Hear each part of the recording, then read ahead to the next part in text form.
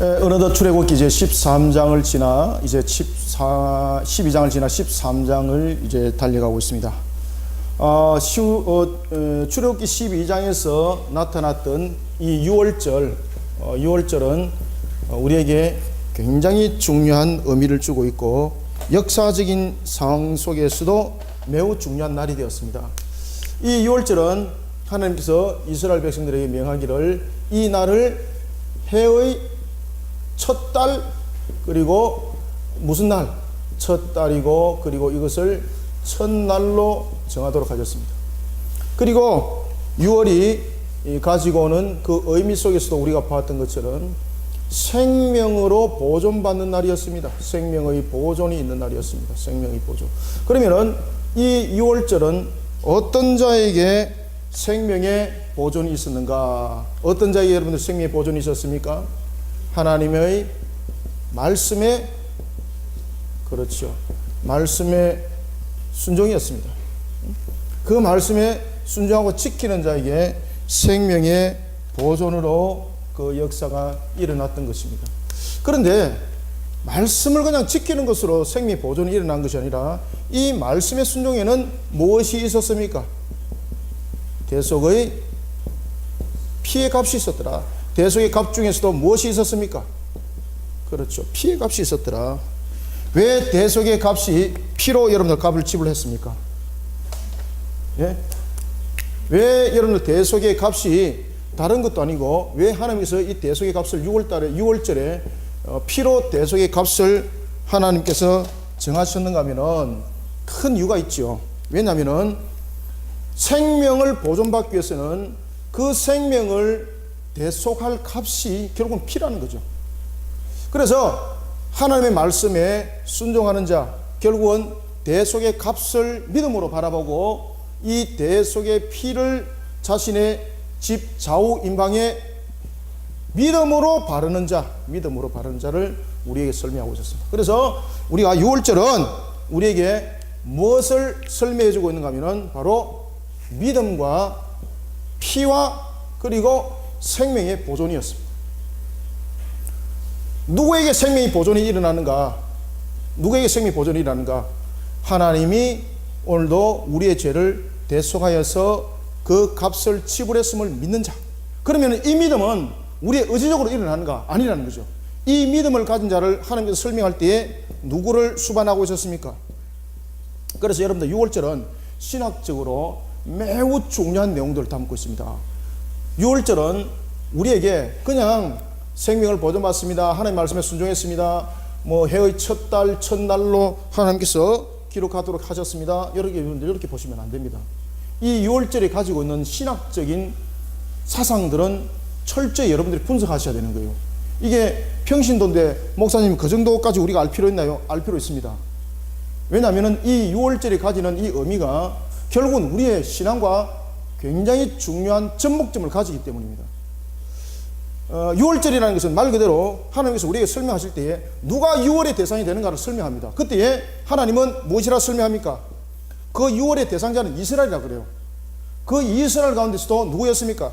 하나님의 말씀을 믿음으로 믿는 자였습니다. 그러면은 누가 하나님의 말씀을 믿는가라는 것은 또다시 이스라엘이 우리에게 답을 주고 있었는데 그것은 바로 하나님께서 택한 자였습니다. 하나님께서. 여러분들 이스라엘이 혈통으로 이스라엘이 아니죠. 하나님께서 야곱을 이스라엘로 택하셨죠. 여기서 답이 있는 거예요. 그래서 우리가 누가 생명으로 보존받는가? 그것은 우리의 노력과 우리의 어떤 신앙의 정체성으로 우리의 어떤 수련으로서 우리가 생명을 보존받는 것이 아니라 하나님께서 모든 것을 결정하신다는 거죠. 따라서 우리가 믿음을 가지고 대속의 피가 우리의 값이 되는 것은 모든 것은 하나님께서 베푸시는 은혜라는 것을 우리가 알도록 하는 겁니다. 하나님께서 베푸시는 은혜. 오늘도 하나님께서 베푸시는 은혜 속에 우리를 이스라엘 삼으셨습니다. 그죠? 야곱의 모습을 보면 야곱은 이스라엘이 될 수 있는 조건이 없습니다. 단 한 절도 없습니다. 하나님께서 은혜를 베푸사 그 야곱을 이스라엘 되게 하셨어요. 그리고 그런 그들에게 믿음을 주셨어요. 대속의 피가 우리의 죄를 대속할 것임을 하나님께서 믿음을 주시고 그 피를 바르니 생명이 보존받았더라. 그래서 우리는 이 6월절을 통해서 예수 그리스도를 예표하고 있다. 지난주도 말씀드렸죠. 아주 중요하죠. 유월절뿐만 아니라 이제 등장하는 무교절. 유월절은 하루를 지키는 절기였다면 무교절은 1회를 지키는 절기죠. 1회. 1회는 며칠입니까? 7일 1이라 그러죠. 그리고 유월절은 마지막 날을 성회로 모이는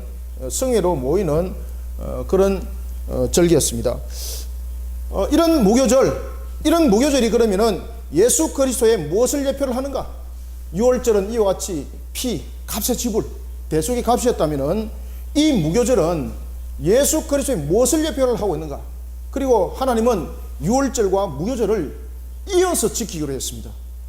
왜 여러분들 이어서 지키기로 했겠습니까? 이유가 있기 때문이죠. 무교절은 여러분들이 잘 아시는 것처럼 말 그대로 우리에게 누룩이 없는 것을 말하고 있습니다. 누룩이 없는 것. 누룩이 없다는 것은 세상의 즐김과 세상의 쾌락이 없다는 거죠. 세상의 쾌락이 없다는 거죠. 그리고 이 누룩은 다시 말하면은 고난을 말하고 있는 거죠. 고난을. 아무것도 없는 것. 아무것도 없는 것. 따라서 이 누룩은 바로 예수 그리스도의 비하를 통해서 일어날 예수님의 십자가의 고난뿐만 아니라 십자가를 지시기까지의 모든 고난을 담고 있는 것이 바로 무교절이었습니다. 따라서 유월절과 오늘 이어서 볼 이 무교절은 모두 다 예수 그리스도, 우리의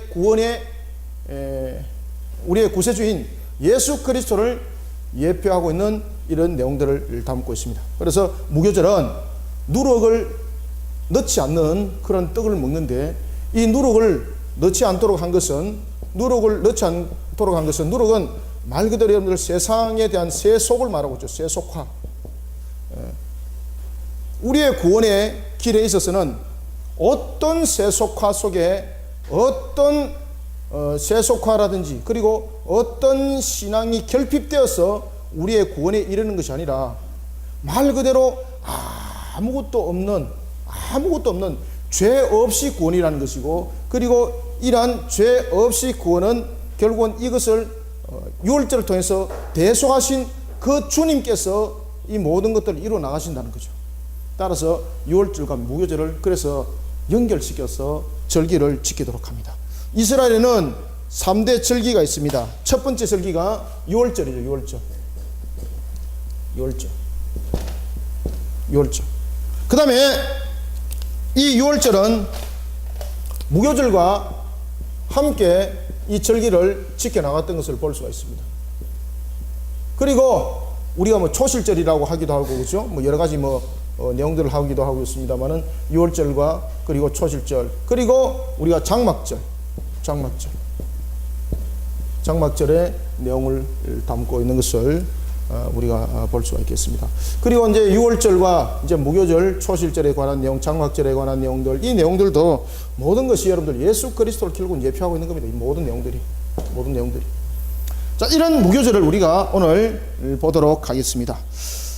짧은 내용이지만은 우리가 이 내용들을 그냥 지나갈 수는 없고, 그리고 그냥 읽어서 지나갈 내용도 아닌 것 같고, 그래서 무교절은 과연 우리에게 무엇을 신앙적인 측면에서 조명해주고 있는지를 함께 보면서 나가도록 하겠습니다. 자, 13장 1절 2절을 먼저 한번 읽읍시다. 시작. 여호와께서 모세에게 일러 이르시되 이스라엘 자손 중에서 사람이나 짐승을 막론하고 태에서 처음 난 모든 것은 다 거룩히 구별하여 내게 돌리라. 이는 내 것이니라 하시니라. 아멘. 자, 여러분들, 하나님의 신적 속성 가운데서 거룩성이 있죠. 거룩성. 하나님의 신적 속성인 거룩성은 우리가 구원에 관해서 이야기를 할 때에 성화 과정이 하나님을 닮아가는 모습이죠. 우리가 구원의 서정은 순서가 아닙니다. 그럼에도 불구하고 이제 우리가 여러 가지 부분들을 조금 더 신학적으로 나누고, 그리고 우리의 이제 구원의 모습들을 보다 더 조금 확인하게 보고자 우리가 이제 구원의 서정 관계를 이야기를 하게 되는데, 이 구원의 서정을 이야기를 할 때에 우리가 맨 끝에 이루어지는 것이 성화입니다. 그리고 종말적인 측면에서 일어나는 백보자 심판대에서 일어나는 것이 바로 영화죠. 그래서 우리가 이 땅에 살아가는 과정 속에서 일어나는 최고의 결론은 성화입니다. 성화는 뭔가 하면은 거룩하게 닮아가는 것, 하나님의 모습을 닮아가는 것. 그것을 성화라 그러는 거예요. 그래서 우리가 하나님의 속성인 거룩성에 맞는 우리의 모습, 다시 말하면 우리가 이 땅에 살아갈 때에 우리의 모습들이 성화된 모습으로 나아갈 때에 우리의 의지가 이 속에 수반이 됨에도 불구하고 하나님께서, 성령께서 우리의 의지를 함께 담아서 나가는 겁니다. 따라서 구원의 서정 가운데서 우리의 인간의 의지를 함께 구원의 서정 가운데 올려놓은 것이 바로 성화입니다. 성화 과정. 그래서 성화 과정은 우리의 신앙의 결단, 그리고 우리의 단호한 의지, 이런 것도 함께 수반하고 있는 겁니다. 그러면서 우리가 하나님의 거룩성, 성품을 닮아가는 겁니다. 그리고 이제 이것이 마지막에 영화 단계는 이제 영원히 우리가 이제 새하늘과 새 땅에서 살아갈 때의 영화 단계지, 이 땅에서는 영화 단계가 이루어질 수 없습니다. 자, 이런 모습 속에 우리가 이제 무교절을 보는데, 특히 무교절을 관해서 이야기할 때 이렇게 말합니다. 무교절은 하나님의 성품을 닮아가는 겁니다. 하나님의 성품을 닮아가는 겁니다. 그래서 우리가 신앙적인 측면에서 봤을 때 무교절은 우리의 성화 과정이라 여러분 보시면 되겠고요. 그리고 이 무교절은 예수 그리스도를 예표하는 측면에서는 보면은 고난의 십자가를 우리에게 말하고 있다는 것입니다. 자, 이런 부분들을 통해서 무교절은 우리에게 새로움을 주고 있는데, 그것은 뭔가 하면은 여호와께서 이스라엘 자손 중에서라는 것은 택한 백성이라는 이야기죠. 하나님께서 은혜를 베푸셔서 이스라엘 삼은 자, 믿음을 준 자, 그 자 중에서, 이스라엘 자손 중에서 사람이나 짐승을 막론하고 태에서 처음 난 모든 것은 다 거룩히 구별하여 내게 돌리라. 이는 내 것이니라 하시니라. 아멘. 여러분들요, 하나님께서 우리를 은혜를 베푸사 비록 택했다 하실지라도, 우리를 이스라엘로 택했다 하실지라도 우리에게 무엇이 남아있다는 이야기입니까? 우리에게 가지고 있는 여러분들 원죄, 그리고 원죄로 인하여서 일어나는 여러 가지 잡음죄, 이런 문제들이 여러분 함께 결탁되어 있는 거죠. 이 모든 문제들을 우리가 해결해야 되는데, 우리가 여러분 해결할 수 있는 길이 있습니까? 없습니다. 그래서 유월절이라는 예수 그리스도의 그 값이 지불되면서 원죄가 지불되어지고, 그리고 원죄가 해결되면서 잡음죄는, 이것은 과거의 죄, 우리의 죄가 원죄였다면은 우리의 현재와 미래의 죄는 잡음죄에 해당되는 거죠. 그러면 우리가 예수 그리스도를 믿는 믿음 속에 우리가 구원을 받았을 때에 어떤 죄까지 해결될 수 있는가, 어떤 죄까지 해결되어지는가. 만약에 잡음죄가 해결되지 아니하고 과거의 원죄만이 해결되어진다면 우리의 구원은 미지수입니다. 구원 없습니다. 우리의 구원이 완전하다는 것은, 예수 그리스도께서 십자가에서 죽으심이, 그 값의 대속의 값이 완전하다는 것은 무엇을 말하고 있는가 하면 세 가지의 죄에 대한 완전한 지불을 말하고 있습니다. 그 지불은 바로 무엇인가? 우리의 과거의 죄와, 그리고 어디의 죄?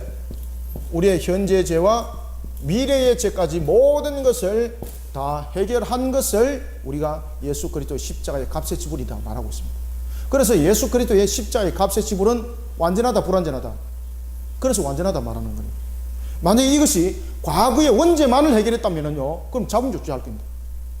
그죠? 그러면 원죄가 해결되면 잡음죄는 자동적으로 없어집니다. 근데 여러분들, 원죄 속에 우리가 해결되었음에도 불구하고 우리가 이 땅을 살아갈 때 공중의 권세를 쥐고 있는 마귀에서, 우리가, 인간은 연약성을 가지고 있거든요. 인간은 완전하지 못해요. 속성 속에서. 하나님께서 피조물을 만들 때 그렇게 만드셨어요. 만약에 하나님께서 사람을 만들 때에 신과 같이 만들었다면 사람은 피조물이 아닙니다. 하나님께서 또 다른 신을 만드는 거예요. 그러면 하나님은 창조에 실패해요. 왜냐하면 하나님께서 왜 창조 속에서 피조물을 만듭니까? 자신이 찬양받기 위해서 피조물을 만드는 거예요.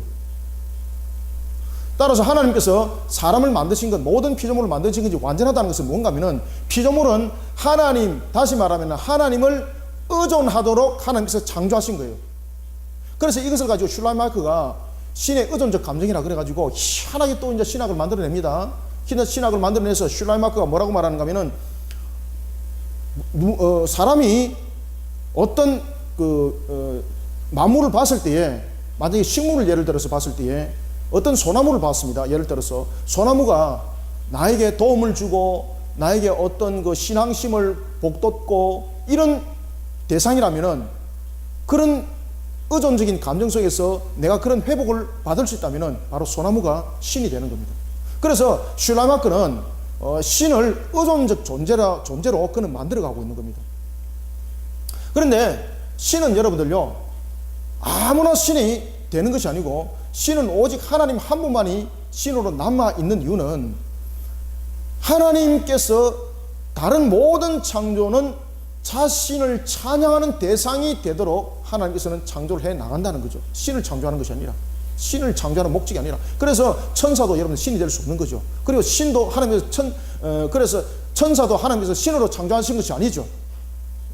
하나님의 사명을 감당하는 데 있어서 그 모든 것들을 수반하는 사역자로서 하나님께서 그를 만드신 것입니다. 하나님의 종인 거죠. 자, 이런 속에 우리의 과거의 죄와 현재의 죄와 미래의 죄 부분에 대해서 이 부분을 만약에 해결을 안 했다면 문제가 심각해지는 겁니다. 그래서 우리는 이 죄라는 것은 우리의 거룩성을 이야기를 할 때는 과거와 현재와 모든 미래 죄까지 해결이 다 되어야 되는 겁니다. 그러면은 우리의 성화 과정, 우리의 거룩성은 어떻게 해결되어지는가? 예수 그리스도를 믿는 믿음 속에서 과거의 원죄는 해결되죠. 그러면은 현재와 미래의 죄, 우리의 잡은 죄는 하나님께서 그 모든 것들을 용서하실 것을 확약하시고 우리의 죄를 사해 줄 것을 확약하시고 모든 것을 약속하시고 그래서 그 모든 것들이 죄가 예수 그리스도 안에서 다 이렇게 도말됐다는 이야기입니다. 그래서 오늘도 우리가 우리의 잡은 죄는 예수 그리스도 이름으로써 하나님의 택한 백성들이 예수 그리스도 이름으로써 우리의 잡은 죄들을 회개하고 또 돌이켜보고 이렇게 해야 될 이유가 있는 것입니다. 그리고 또한 우리가 잡은 죄를 회개해야 될 이유는요, 공중의 권세를, 에베소서 2장 2절의 말씀, 공중의 권세를 쥐고 있는 이 사악한 마귀가 우리로 하여금 신앙의 때를 묻게 하고 이런 부분들을 여러분 씻어내야 될 부분들이 있지 않습니까? 그게 우리의 잡은 죄거든요. 그러니까 잡은 죄를 갖다가 만약 용서받지 못한다면 원죄로서 끝나서 우리의 잡은 죄는 이제는 너희 스스로 해결하라면 우리는 구원받을 수 없습니다. 그래서 예수 그리스도의 십자가의 대속이 완전하다는 것은 과거의 원죄뿐만 아니라 현재와 미래의 죄까지 하나님께서 용서하실 것을 모든 것을 예수 그리스도 안에서 화약하시고 약속하시고 결정진 것입니다. 자, 이런 속에 그럼에도 불구하고 우리가 날마다 우리의 모습들은 오늘도 우리의 죄악 속에 찌든 우리의 죄악의 모습들은 우리의 잡은 죄들은 회개할 필요가 있다는 거죠. 그죠? 그래서 우리의 신앙의 양심을 날마다 여러분들이 예수 그리스도 보혈로서 빨래를 해야 돼요. 씻어내야 되는 거예요. 예수 그리스도의 보혈로서. 성경은 말합니다. 이와 같이 이스라엘 자손 중에서 사람이나 짐승을 막론하고 태에서 처음 난 모든 것들은 다 거룩히 구별하고, 그죠? 다 거룩히 구별해야 된다는 거예요. 다 거룩히. 우리가 구원을 받았음에도 불구하고 우리의 모습들을 다 거룩하게 우리가 어떻게 구별한다고요? 성화 과정을 통해서 우리의 현재의 죄와 과거의 원죄는 우리가 용서받았을 때 현재의 우리의 잡은 죄와 미래의 잡은 죄에 관해서 예수 그리스도 안에서 하나님께서 우리의 죄를 용서하실 것을 이미 다 확약하셨죠. 그럼에도 불구하고 그렇기 때문에 우리의 모든 것은 끝난 것은 아니죠. 우리가 이 죄를 씻어내야 되는 거죠. 그래서 예수 그리스도의 은혜 속에 예수 그리스도의 보혈로서 오늘도 우리가 잡은 죄를 회개하는 회개가 있어야 되는 거예요. 따라서 우리가 구원파들이 말하는 그런 거짓된 이런 구원의 논리와 우리의 구원의 논리가 다른 것은 뭔가 하면은 이 구원파들이 말하는 회개는 모든 죄를 용서했다는데 왜 또 회개가 필요한가 라고 말하는 것은 제가 지금 이렇게 과거와 현재와 미래의 죄를 제가 구분하여서 말하는 속에 이미 답이 주어졌습니다. 우리의 원죄는 해결되었을 때 우리의 잡은 죄를 우리는 그저 있는다고 해결되는 것이 아니라 하나님께서 말씀하십니다. 오늘도 본문에서 말씀하십니다. 다 그렇게 될지어다. 우리의 모습들이 하나님의 거룩성을 닮아가는 모습이 되어야 되는 것이거든요. 그럴 때에 우리는 오늘도 우리의 잡은 죄를 예수 그리스도 이름으로써 회개하고 용서를 받는 겁니다. 따라서 우리의 원죄는 단회성입니다. 우리의 원죄에 관한 회개는 단회성이죠. 그래서 회개가 우리가 두 종류의 우리는 회개가 있습니다. 첫 번째는 단회성의 회개가 있고 두 번째는 무슨 회개입니까? 연속성의 회개가 있어요. 연속성의 회개. 이 단회성의 회개는 무엇입니까? 원죄에 관한 회개. 우리가 예수 그리스도를 이 원죄에 관한 회개는 예수 그리스도를 믿는 믿음 속에서 모든 것은 다 해결되는 거죠. 그 다음에 우리가 연속성에 관한 것은 이것은 무엇입니까? 이거는 잡음죄. 그래서 이 잡음죄는 오늘도 우리에게 날마다 우리 속에 일어나야 될 것이고 이것이 우리의 성화 과정 속에서 일어나는 것입니다. 그래서 우리의 성품들이 하나님의 거룩성을 닮아가는 데 있어서 우리의 성화 과정 속에서 필요한 신앙이 바로 회개신앙이라는 겁니다. 회개신앙. 그래서 회개신앙이 매우 중요한 거죠. 우리의 성화 과정 속에서 여러분 핵심입니다. 이 핵심. 칭의와 성화는 다릅니다. 칭의는 법정적인 측면에서 우리의 원죄와 부분에서 연결을 시키고 있다면은, 이 우리의 중생에 이르러서 우리로 하여금 성화 과정 속에서 달려가는 문제는요, 회개 신앙으로 세워졌을 때에 그 잡음죄를 용서를 받는 거죠. 하나님께서는 우리에게 그런 기준을 세웠던 것입니다. 우리가 이제 보겠습니다. 이스라엘 자손 중에서 사람이나 짐승을 막론하고 태에서 처음 난 모든 것은 다 그렇게 구별하여 내게 돌리라. 이는 누구 것이다? 내 것이라 하시니라. 하나님께 속한 것은 전부 다 하나님의 성품을 닮아가야 되는 겁니다. 그래서 거룩성. 제가 뭐 이것을 이야기를 하다가 좀 엇나가서 다른 이야기를 많이 했습니다만은, 결국은 여러분 거룩성, 우리가 성화되는 과정 속에서 오늘도 우리가 하나님을 닮은 성품의 거룩성을 잃지 맙시다. 이것이 우리의 무교절의 신앙의 모습입니다. 성경은 말합니다. 3절, 모세가 백성에게 이르되 이렇게 말합니다. 애굽 곧 종되었던 집에서 나오던 그날을 기념하여서 유교병을 먹지 말라. 이게 상징적인 측면에서 구원받은 자로서의 그런 영혼의 은밀한 부패와 악을 추방할 것을 말하고 있습니다. 모세가 백성에게 이르되 너희는 애굽 곧 종되었던 집에서 나온 그날을 기념하여 유교병을 먹지 말라. 여기서 여러분들 유교병은 무엇을 말한다 그랬습니까? 세속적인 것들. 세속적인 것들. 하나님의 말씀에 들어와서는 안 될 것들. 그것을 여러분 유교병이라고 말하는 거예요. 유교병이라는 겁니다. 그래서 우리가 하나님의 거룩성을 닮아가는 데 있어서는 유교병이 들어오면 안 돼요. 세속화. 그래서 교회가 여러분 세속화되면 안 돼요. 성도가 세속화되면 안 돼요. 하나님의 거룩성에 훼손이 이루어져요. 그래서 우리가 우리의 세속화를 물리치기 위해서는, 우리의 거룩성을 이어가기 위해서는 우리에게 날마다 영속성의 자범죄의 회개가 있어야 되는데, 그것이 뭡니까? 성화 과정 속에서 일어나는 바로 회개신앙. 이 회개신앙을 통해서 우리가 하나님의 성품을 닮아가는 겁니다. 여러분들요, 아무리 여러분들이 선한 일을 해도요, 그건 하나님의 성품을 닮아가는 게 아니에요. 우리가 죄악적인 측면에서 우리를 그저 가면으로 가린 상태에서 우리가 눈 감고 아웅하는 것에 불과한 거예요. 그래서 유교병을 먹지 마라. 성화 과정 속에서 꼭 필요한 겁니다. 우리의 성화 과정 속에서 필요한 것은 유교병이 들어오면 안 된다는 것. 유교병이라는 것은 여러분 세상에 여러 가지 방법들, 세속화되어 있는 방법들, 타락한 방법들, 음란의 방법들, 이 모든 것들이 여러분 유교병이라고 보시면 되는 거예요. 유교병을 먹지 마라. 유교병을 먹지 마라. 여호와께서 그 손의 권능으로 너희를 그곳에서 인도해낼 것이다. 그리고 4절은 말합니다. 아비벌 이날에 너희가 나왔느니라. 여러분들, 아비벌이라는 것은 바로 우리가 6월절을 우리가 말하고 있죠. 그죠? 6월절. 그때에 여러분들, 이 아비벌이 오늘 본문을 보시면은 아비벌 이날에 너희가 나왔느니라 라고 말할 때, 이스라엘은 이 아비벌을 통해서 나오기까지 몇 년 걸렸습니까? 430년. 그죠? 그들은 아비벌이 나오기까지 430년 걸렸어요. 그런데 오늘 우리가 여기서 이제 주목해야 될 것은, 이스라엘에게는 이 아비벌이라는 시간이 430년이 너무나도 긴 시간이었습니다. 그러나 그러한 가운데서 찾아왔던 날이, 왜 하나님이 430년을 뒀는가라는 것을 여러분 기억하셔야 돼요. 왜 여러분들 하나님이 430년 뒀어요? 이스라엘 괴롭히려고요? 왜 430년 뒀다는 거죠? 그렇죠, 맞아요. 그래서 이 아비벌이니라라는 것을 통해서 우리는 두 가지를 깨달아야 되는데, 이스라엘 측면에서는 비록 긴 시간이라 할지라도, 이스라엘 측면에서는 그것이 고달픈 시간이라 할지라도, 그 시간은 하나님의 은혜의 열매를 맺기에 충분한 시간이었다 이 말입니다.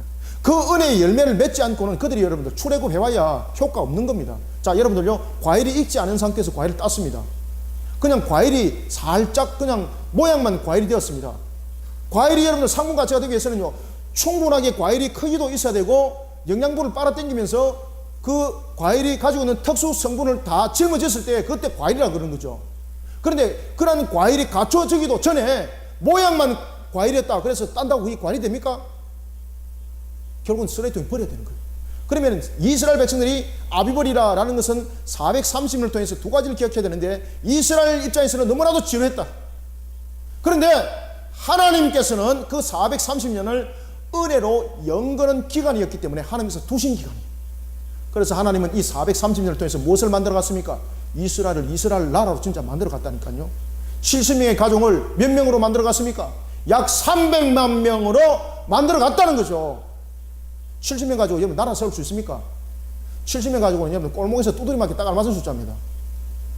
그죠? 대충 되는 숫자가 대체로 많이 두드리 맞습니다. 확실하게 도망가든지 확실히 대적하든지. 나라도 아닌 그런 70명 가지고 무슨 여러분들 나라라고 여러분들 이야기를 할 수 있어요. 나라가 되려면 최소한도 백성의 조직적인 측면이 있어야죠.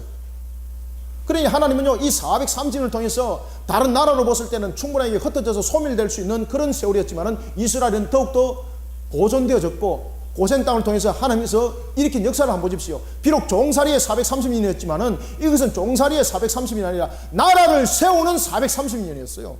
그래서 아비벌이었다라는 것을 통해서 아비벌 이날에 너희들이 나왔다는 것을 통해서 무엇을 기억하라는 이야기입니까? 6월절만 기억하라는 것 아니죠. 너희들이 그날에 나온 것을 기억만 하라는 것이 아니죠. 아비벌이라는 것은 왜 우리가 왜 우리가 애굽에 430년을 거했는가도 함께 돌이켜보라는 이야기예요. 우리에게는 너무나도 긴 세월이었습니다. 그러나 이 긴 세월을 통해서 하나님은 이스라엘을 만들어갔다는 거예요.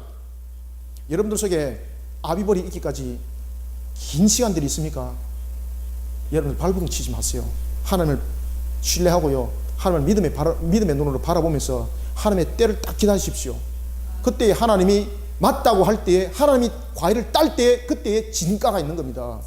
그래서 하나님이 아비벌이라는 거예요. 이 아비벌이라는 것은 하나님이 빼냈다 이 말입니다.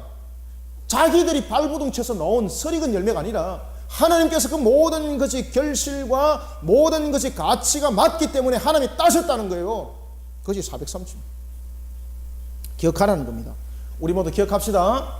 그래서 여러분들이요, 어려운 환경 속에 있을지라도, 비록 지침 가운데 있을지라도 절대 여러분들 낭망하지 마시고요, 아비벌을 기다리셔야 돼요. 아비벌을 하나님이 딸 때까지 기다리셔야 돼요. 그래서 여러분들요, 제 성경에는 이것을 별표를 딱 지났어요. 아비벌이다. 제 성경에는 별표를 딱 지났어요. 저는 나의 아비벌은 하나님 언제입니까? 우리 그리심교회 아비벌은 하나님 언제입니까? 여러분 언제일 것 같아요? 여러분들의 아비벌은 언제일 것 같아요? 곧 일어납니다. 여러분들. 네. 말씀으로 채워놓고는 하나님께서 이제는 있게 만들고 이제 딴다니까요. 가치 있게 쓰는 거 이제는 진짜로. 그러면서 하나님께서 이제 인도합니다. 그죠? 하나님께서 아비벌입니다. 그리고 그것을 땄습니다. 그리고 하나님께서 니 알아서요 이렇게 안 하죠. 인도하세요, 여러분들요. 그러니까 이게 여기까지 성경을 다 보셔야 되는 거예요. 아비벌이었더라 그러면서 그 날을 기억할 뿐만 아니라 그 430년을 함께 기억하시고 그 속에 하나님의 은혜가 무엇인지를 기억하시고, 그리고 하나님께서 그 과일을 땄던 그들의 모습 속에서 아비벌이라라고 말하면서 출애굽할 때 하나님이 함께 한다는 거예요, 지금. 그래서 13장의 말미에 가면은 무엇이 나옵니까? 구름 기둥이 나오고 불 기둥이 나온다니까요. 낮에는 무슨 기둥? 낮에 불 기둥 나오면 절단 나는 거죠. 안 그래도 여러분들 그렇게 뜨거운 사막에 여러분들 낮에 불 기둥 나와보십시오. 다 죽어버리는 거지.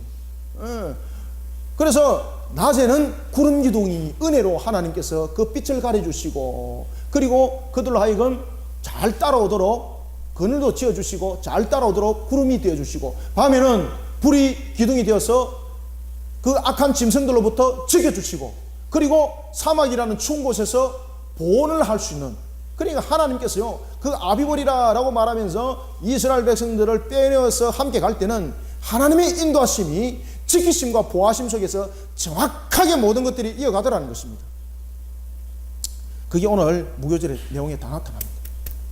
자, 이제 좀 진도를 나가도록 하겠습니다. 여호와께서 5절 6절 읽습니다. 시작. 여호와께서 너를 인도하여 가나안 사람과 헷 사람과 아모리 사람과 히위 사람과 여부스 사람의 땅 곧 내게 주시려고 네 조상들에게 맹세하신 바 젖과 꿀이 흐르는 땅에 이르게 하시거든 너는 이달에 이 예식을 지켜 이래 동안 무교병을 먹고 일곱째 날에는 여호와께 절기를 지키라. 아멘. 기억하라는 거예요.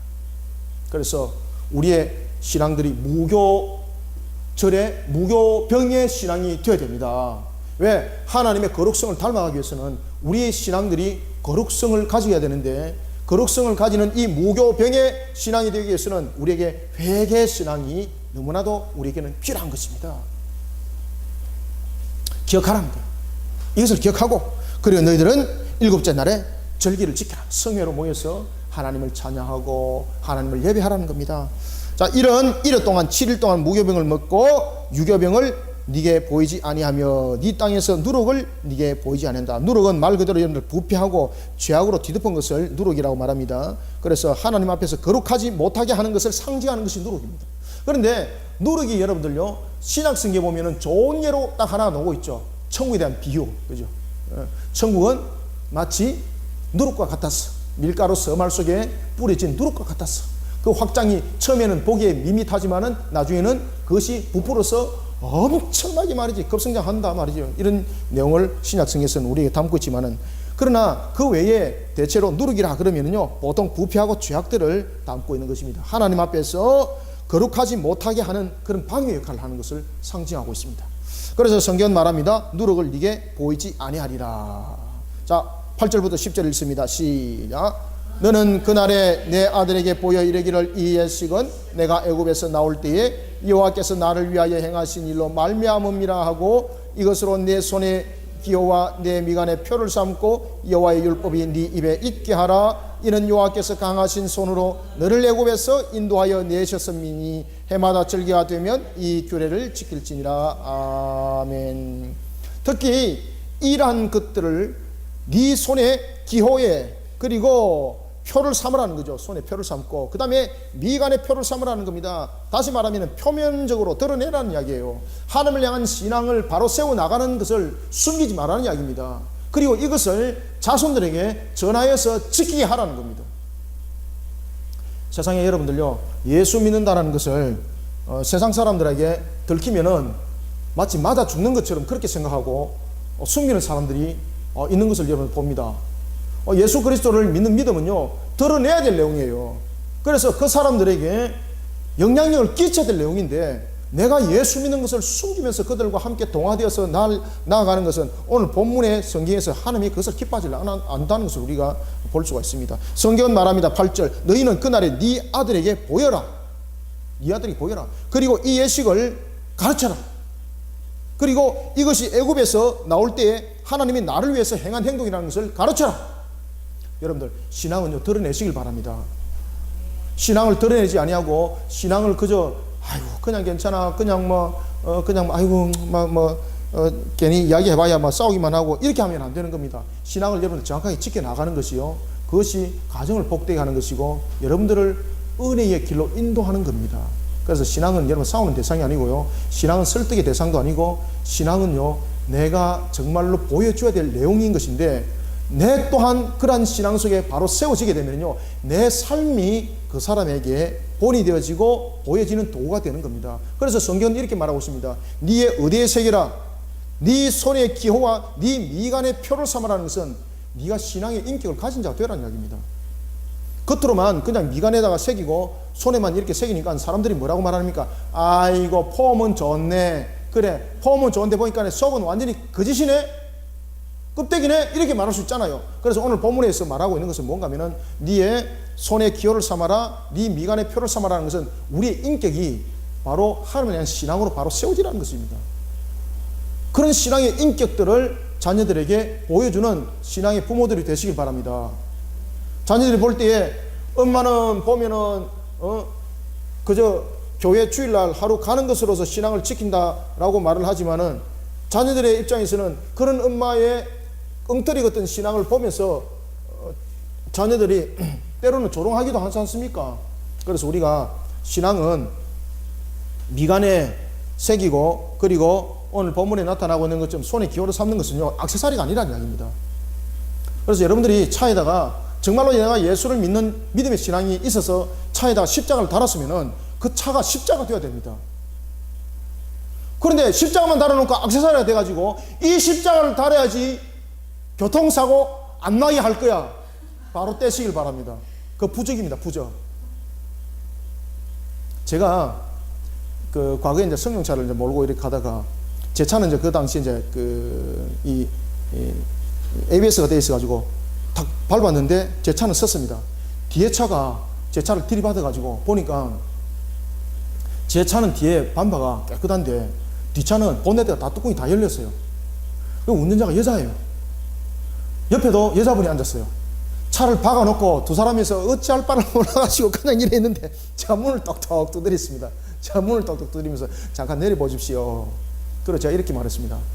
제일 먼저 차를 박았으면은 내 부분에 이상이 없으면은 먼저 내려서 내가 받은 앞차가 어떻게 됐는지를 살펴보고 죄송합니다 이렇게 말할 수 있어야 됩니다. 그리고 제 차를 이렇게 보니까 제 차 뒤에 성경이 두 올리지가 있더라고요. 그래서 참 제가 그랬었습니다. 그래서 제가 제 차는 지금 부러진 것이 없으니까 이 차 수리하고 가시고 제 차는 그냥 이렇게 가시면 되겠습니다. 그래 고쳐주겠다는 거예요. 그래서 괜찮습니다. 그러면은 여기에 껍질 약간 이래 되는 거 그냥 페인팅 칠하고 여기 이제 그 카센터라든지 거기 가서 그냥 페인팅 칠하고 그냥 제가 말도록 하겠습니다. 라고 제가 이제 하면서 제가 이렇게 했습니다. 돌려보내면서 예수 믿으십시오. 그러고 난 뒤에 제가 그렇게 펜트 칠하고 다시 도시고속도로를 올리려고 가는데 뒤에서 또 들이받아 버린 거예요. 얼마나 열이 받던지.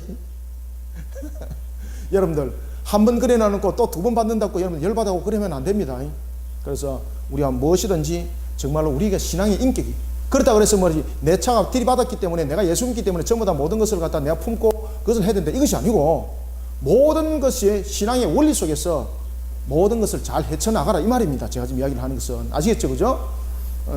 그래서 내 손에 기호와 내 미간에 표를 삼아라는 것은 신앙의 인격이 되라. 신앙의 인격이 되라. 형식적인 모습이 아니라 표면적으로만 드러내서는 아니 된다는 겁니다. 표면으로만 드러내는 것이 아니라 무엇이든지 하나님의 신앙들이 우리의 인격화가 되어라는 것입니다. 그럴 때 여러분들요 우리가 자녀들을 인도하고 우리가 세상을 이끌어가는 것입니다. 이런 무교절의 신앙들이 되시길 바랍니다. 예. 그리고 이제 성경 말합니다. 이제 11절부터 16절에 보면은 그러면은 이런 무교절을 어떻게 하나님께서 유월절과 함께 지키도록 하시는가. 11절에 이렇게 말합니다. 여호와께서 너와 내 조상이 맹세하신 대로 너를 가나안 사람의 땅에 인도하시고 그 땅을 네게 주시거든. 12절 너는 태에서 처음 난 모든 것과 네게 있는 가축의 태에서 처음 난 것을 다 구별하여. 지금 계속해서 무엇을 말하고 있습니까? 계속해서 지금 구별을 이야기를 하고 있지 않습니까? 구별하여 여호와께 돌리라. 숫것은 여호와의 것이다. 여러분들 숫것이 여호와의 것이라는 것은 숫것은 두 가지를 이야기를 하고 있죠. 숫것은 무엇입니까? 대표성. 그 다음에 또한 숫것은 무엇입니까? 말 그대로 숫것은 대표성일 뿐만 아니라 그 모든 것에 대해서 이끌어가는 것에 있어서 최고의 가치를 말하고 있는 거죠. 그래서 이런 부분에 대해서 모든 것은 하나님의 것이라는 이야기예요. 다시 말하면은 처음 난 것을 다 구별하라. 여호와께 돌리라. 숫것은 여호와의 것이라 라는 것은 말 그대로 숫것은 암수를 다 대표하는 거죠. 모든 것은 여러분 하나님의 것이라는 겁니다. 이 신앙 가지시길 바랍니다. 그래서 여러분들이 신앙 가운데 드리시는 예물도 말입니다. 모든 것이 내 것을 하나님께 드리는 것으로 보면은 큰일 나는 겁니다. 하나님의 것인 줄을 믿으시길 바랍니다. 이런 신앙의 기본들을 세워나가는 그런 모습이 되길 원합니다. 하나님께서 말씀하셨습니다. 모든 것은 하나님의 것이라는 걸 알아라는 거죠. 그러면서 보십시오. 13절에 말합니다. 나귀의 첫 새끼는 다 어린 양으로 대속할 것이요 정결한 짐승을 정결치 못한 짐승을 정결한 짐승으로서 정결하지 못한 짐승을 또한 대속하도록 하지요. 그래서 계속해서 지금 거룩성에 관해서 이야기를 하고 있다는 거죠. 거룩성. 그래서 우리가 자신의 생업이라든지 그리고 자신의 삶이라든지 자녀의 문제라든지 모든 것들이 여러분들 이 땅에서 우리의 필요한 것들이 있는데 그것은 바로 여러분들 우리의 성화 과정 속에서 거룩성이라는 거예요. 거룩성. 회개를 통해서 여러분들 우리의 거룩함을 만들어 갑시다. 이때 이 회개는요 우리의 인격이 회개함으로 나타나야 되는 거예요. 그래서 손목에 미간에 이것을 새기라는 것은 우리의 인격이 그렇게 정말로 회개함 속에서 바로 세워지고 돌이키는 그런 모습이 되라는 것입니다. 자, 14절부터 15절 한번 읽어보겠습니다. 시작. 후일에 내 아들이 내게 묻기를 이것이 어찌 됨이냐 하거든 너는 그에게 이르기를 여호와께서 그 손의 권능으로 우리를 애굽에서 곧 종이 되었던 집에서 인도하여 내실세. 그때 바로가 완악하여 우리를 보내지 아니하며 여호와께서 애굽 사람 가운데 처음 난 모든 것은 사람의 장자로부터 가축의 처음 난 것까지 다 죽이셨으므로 태에서 처음 난 모든 수컷들은 내가 여호와께 제사를 드려서 내 아들 중에 모든 처음 난 자를 다 대속하리니. 16절 이것이 네 손의 기호와 네 미간의 표가 되리라. 이는 여호와께서 그 손에 권능으로 우리를 애굽에서 인도하여 내셨음이나 할지니라. 아멘. 그래서 무교절을 우리가 유월절과 함께 지내도록 하는 이유가 있습니다. 그죠? 유월절과 결국은 무교절이 별개로 뚝 떨어진 것이 아니라 유월절은 하루 지키는 거죠. 그래서 유월절 지내고 난 뒤에 무교절 바로 이어가는 겁니다. 그러니까 하나님께서 왜 여러분들 이 유월절을 무교절과 함께 지키도록 했는가라는 것은 오늘 우리 속에 본문이 나타나고 있는 것처럼 하나님께서 우리를 인도해낸 것, 구원해낸 것을 기억하고, 첫 번째 구원을 기억하고, 그 다음에 두 번째 우리는 어떻게 하라는 겁니까? 거룩성을 잃지 마라. 거룩성을 잃지 마라. 다시 말하면은 우리가 하나님의 택한 백성으로서 구원받은 것을 기억하고, 그리고 우리는 누구의 성품을 닮아가는 자 되어라? 하나님의 성품을 닮아가는 자 되어라. 하나님의 성품을 닮아가라. 닮아가는 자가 되시기 바랍니다. 하나님의 성품을 닮아가라. 하나님의 성품을 닮아가라.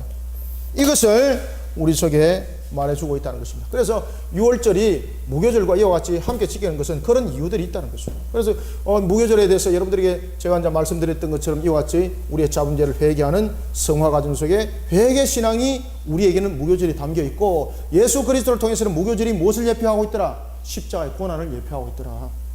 아시겠습니까? 이것을 기억하라는 것이고, 이것을 거룩하게 지켜나가라는 겁니다. 이것을 그저 아는 수준으로 하지 말고 손에 그리고 미간에 새기라는 겁니다. 무엇입니까? 손은 우리의 살아나가는 방식이죠. 그 다음에 미간은 뭡니까? 우리의 인격이죠. 그러니까 우리의 삶, 우리의 인격, 모든 것들이 이런 거룩성들을 지켜나가는 회개신앙으로 바로 세워서 하나님 앞에 거룩된 모습으로 서 나가는 진짜 하나님의 백성이 되라는 거예요. 진짜 하나님의 백성. 유월절은 하나님의 백성만 온 거지 않습니까? 진짜 하나님의 백성이 되라는 거예요. 그래서 유월절과 무교절을 이렇게 동시에 아울러서 강조하는 것은 진짜 하나님의 백성이 되라. 진짜 하나님의 백성이 되라. 진짜 하나님의 백성은 어떻게 된다고요? 간단하잖아, 그죠? 이 내용들을 여러분들이 잘 참고하시기 바랍니다. 그래서 손의 기호, 그리고 또한 미간의 표, 이것이 또 나오는 거예요. 어디서? 16절에서 여러분 또 나오잖아요, 그죠? 그러니 우리의 손이라는 것은 능력, 우리가 살아나가는 방식, 여러 가지 부분들이 표현을 한다면은 미간은 결국 뭡니까? 우리의 인품, 인격, 우리의 인성, 그것까지 모든 것이 담겨서 똑바로 녹아드는 신앙이 되라는 이야기예요. 그랬을 때 진짜 하나님의 백성이라는 거예요. 그럴 때 진짜로 유월절이라는 거예요. 진짜 유월절. 그런 속에 여러분들요, 신명기 28장의 은혜가 여러분들 속에 차고로 넘치는 줄 믿으시길 바랍니다. 그래서 오늘 우리가 2부 예배 때 제가 여러분들에게 드린 말씀 있지 않습니까? 운명을 바꿔라.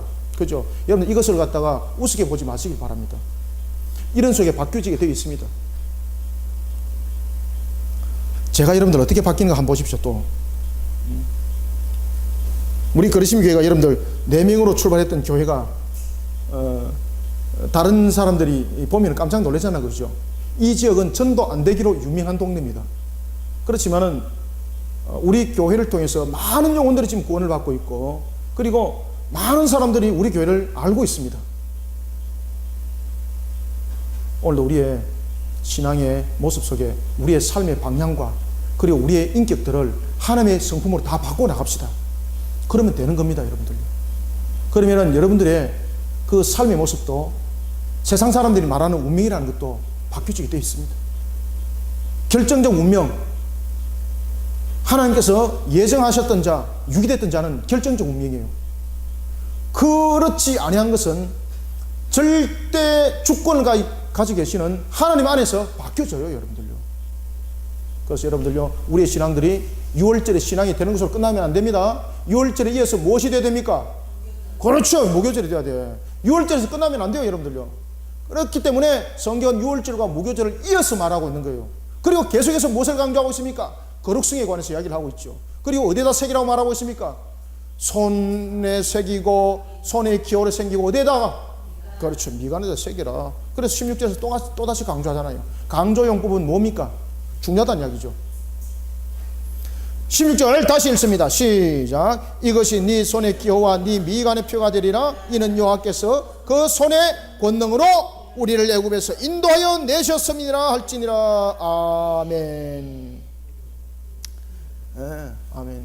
그리고 또한 17절에 말합니다. 바로가 백성을 보낸 후에 블레셋 사람의 땅의 길은 가까울지라도 하나님이 그들을 그 길로 인도하지 아니하셨으니 이는 왜냐하면 하나님이 말씀하시기를 이 백성이 전쟁으로 인해서 전쟁을 하게 되면 마음을 돌이켜 애굽으로 돌아갈까 했기 때문이다. 자, 여러분들 이스라엘 백성들이 자신들의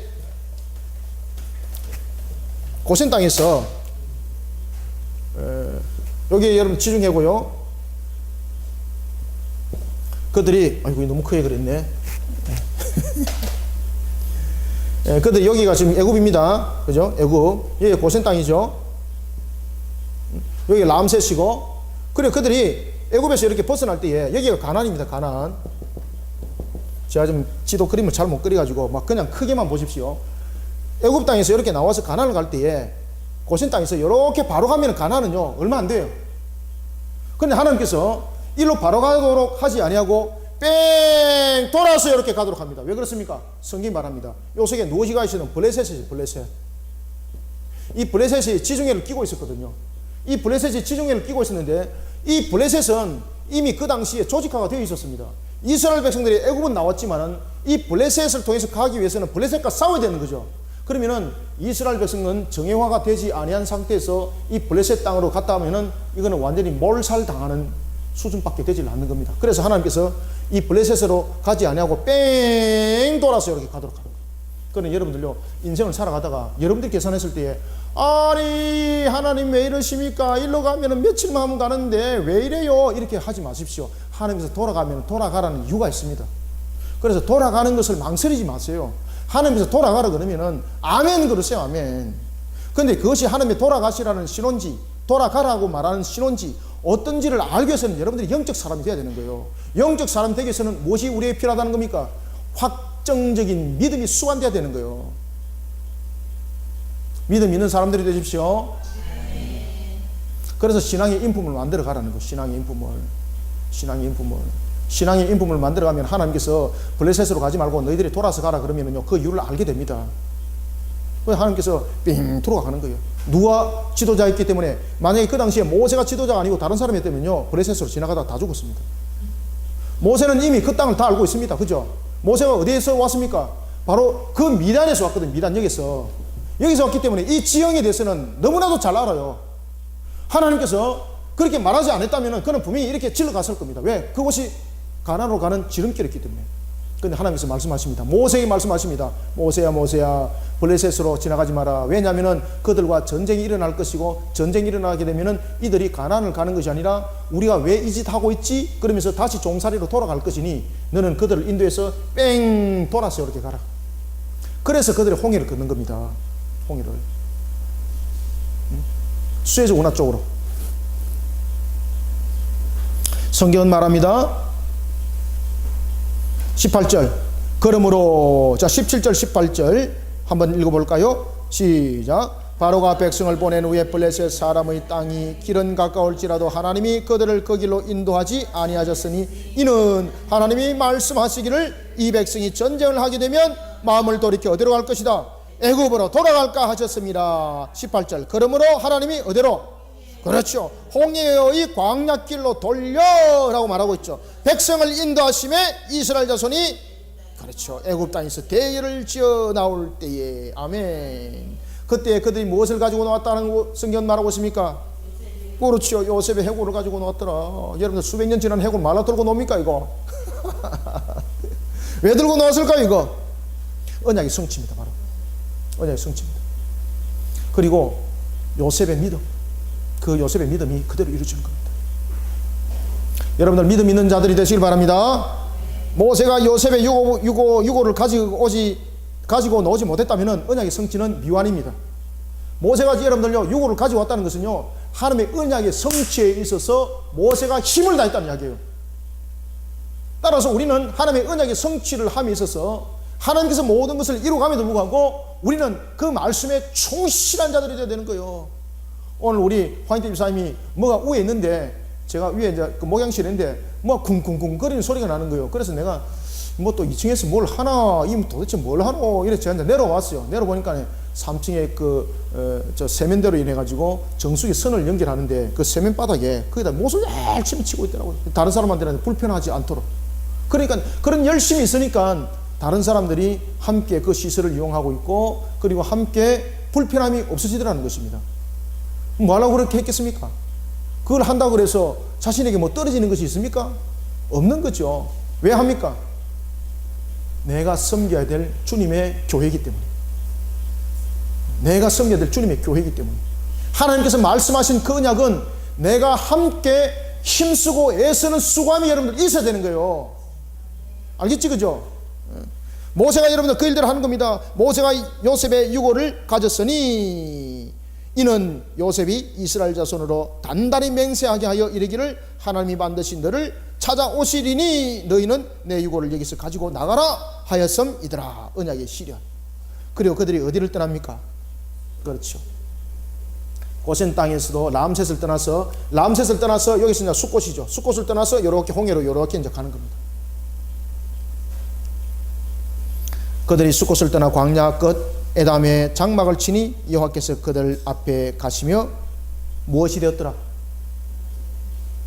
여호와께서 뒷장 섰습니까? 앞장 섰습니까? 하나님은 여러분들요, 여러분들의 문제를 가지고 절대 뒷장 안 써요. 여러분들의 문제를 가지고 앞장 서서 해결하십니다. 그런데 하나님은 어디 계십니까? 어디 계시면 이 앞에서 이미 해결하고 있는데 참네. 하나님이 안 보이니까, 그런 신앙이 없으니까 하나님은 지금 해결하고 있는데 하나님 어디 계십니까? 야, 너만 어디 있기는 내가 지금 네 앞에서 해결하고 안 있나? 어? 지금 하나님이 자기 앞에서 해결하고 있는데 하나님은 어디 계십니까? 어디 있기는 앞장서갖고 지금 해결하고 있는데. 제가 지금 이렇게 국감을 지대니까 이제 자다가 전부 다 깨가지고 막 눈이 다 전부 다 초롱 말이죠. 아시겠죠? 하나님이 앞장섭니다. 앞장설 때에 낮에는 무엇으로? 그렇죠. 낮에는 구름 기둥이 되어 주셔야 되는 거예요. 조금 전에도 말씀드렸던 것처럼 낮에 불기둥 나오면 그냥 다 죽어버려요. 이거는 하나님의 은혜가 아니고 저주예요. 저주. 그래서 하나님의 전능성은 전지성과 함께 움직이죠. 만약에 하나님의 전능성이 전지성과 함께 안 움직이면요, 이거는 전능성에 의해서 우리는 잘못하면 골로 갑니다, 이거.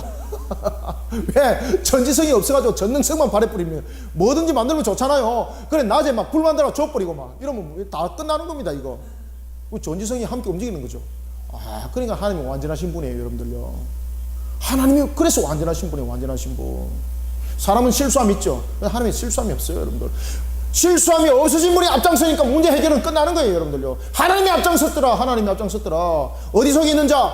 유월절과 무교절 속에 하나님의 진짜 백성이 하나님이 앞장서서 그 낮에는 구름 기둥으로서 그 모든 것들을 덮어주시고, 그리고 또한 길이 되어줘서 인도하여 주시고, 밤에는 무엇이 되어줘서? 그렇지요, 불기둥. 밤에는 불기둥이 되어줘가지고 짐승들로부터 침범을 당하지 않도록. 오늘도 여러분들요, 하나님이 이 흑암과 같은 시대에 우리의 불기둥이 되어주셔야 되는 거예요. 흑암과 같은 시대에 우리에게 불기둥이 안 되어주면요, 마귀가, 악한 것들이 우리를 치고 들어와요. 하나님이 그것들을 얼씬하지 못하도록 불기둥이 되어서 그들 다 태워버려요, 여러분들요. 뿐만 아니라 하나님이요, 우리의 인생의 걸음을 걸어갈 때에 때로는 우리가 힘이 들어서 일어나지 못할 때는 하나님께서 친히 일으켜서 구름기둥이 튀어주세요. 대적에서 물리칠 것에 관해서는요, 불기둥으로서 하나님께서요 대적해 주세요, 여러분들요. 누구에게? 이와 같은 유월절과 무교절에 진짜 하나님의 백성들 향해서 하나님이 앞장서면서 이렇게 하시더라는 것입니다. 이런 것이 우리 속에 주어지고 있습니다. 그러니 여러분들, 세상 속에 우리가 두려울 것이 뭐 있어요? 세상 속에 무엇으로 해결하겠습니까? 세상의 문제를 여호와의 신앙으로 해결하시길 바랍니다. 그래서 하나님의 신앙이 이기는 거예요, 하나님의 신앙이. 성경은 말합니다. 21절, 22절 읽고 마무리하겠습니다. 시작. 여호와께서 그들 앞에서 가시매 낮에는 구름기둥으로 그들의 길을 인도하시고 밤에는 불기둥을 그들에게 비추사 낮이나 밤이나 진행하게 하시니 낮에는 구름기둥 밤에는 불기둥이 백성 앞에서 떠나지 아니하더라. 아멘. 어디까지 안 떠나더라? 가나안으로 인도하는 데까지 떠나지 아니하더라. 이런 은혜가 우리 모든 성도들에게 나에게 있음을, 믿음을 의심치 아니하고 오늘도 하나님을 향한 신앙으로 여러분들 일어서는 우리 모든 성도들이 다 되시기를 소망합니다. 기도하겠습니다. 살아계신 아버지 하나님, 주님의 은혜를 감사드립니다. 오늘도 우리에게 상황이 참으로 흑암과 같은 우리 속에서는 주님께서 그 흑암을 물리치는 불기둥으로서, 또한 우리가 외로움과 공고함 속에 빠져 있을 때는 주님께서 구름이 되어서 우리를 일으켜 세우고 쉼이 되게 하신 인도함이 있는 줄 믿습니다. 살아계신 하나님, 오늘도 우리를 이끄실 때에 주님께서는 우리를 유월절의 신앙과 무교절의 신앙으로 온전히 바로 세워져 하나님의 거룩성을 닮은 성화 속에 우리를 세워나갈 때에 우리의 모습을 아시는 하나님께서 이 모든 것들을 이루어가는 것 또한 십자가의 신앙으로 이루어가게 하셨습니다. 하나님, 오늘도 우리의 회개신앙이 어찌 우리의 의지로 일어나겠습니까? 이것조차도 주님께서 은혜를 다하셔서 우리의 입술이 열게 하게 하시니 하나님 감사합니다. 오늘도 전적인 하나님의 은혜 속에 우리가 가나안 복지 땅을 향해서 나아갑니다. 그런 과정 속에 우리의 모든 삶의 여정이 때로는 힘들어 넘어질지라도 하나님께서 앞장서 모든 것들을 이렇게 세워주시고 주님께서 지켜봐 줄 믿습니다. 우리 성도들이 너무나도 연약함 속에 있사오니 우리의 연약함을 아시는 하나님, 우리의 연약함이 주님의 영광 가리지 않게 하여 주옵소서. 우리의 부족함을 아시는 하나님, 우리의 부족함이, 우리의 어리석음이 주님의 영광 가리지 않게 하여 주시옵소서. 따라서 우리의 연약함은 하나님께서 강한 손이 되어서 능력의 손으로 이렇게 세워주시고, 우리의 부족함은 주님의 주신 은혜의 말씀으로 우리를 충만케 하셔서 세상을 밝혀보는 것이 아니라 주님을 밝혀보는 눈동자가 되어 그러한 불꽃 같은 눈동자로 주님을 바라보며 힘있게 달려가는 모습이 되게 하여 주시옵소서. 오늘도 우리에게 유월절과 무교절의 신앙을 통해서 주신 말씀대로 우리의 거룩성 속에 하나님 말씀 담아 주시옵소서. 또한 주님께서 우리 모든 신앙의 여정을 하나님의 백성답게 걸어갈 수 있도록 우리를 앞장서 구름 기둥이 되어주시고 불기둥이 되어 끝까지 인도하셨더라. 이 말씀의 역사가 우리 모든 성도들 생업 속에 일어나게 하여 주시옵소서. 예수님의 이름으로 기도드립니다. 아멘.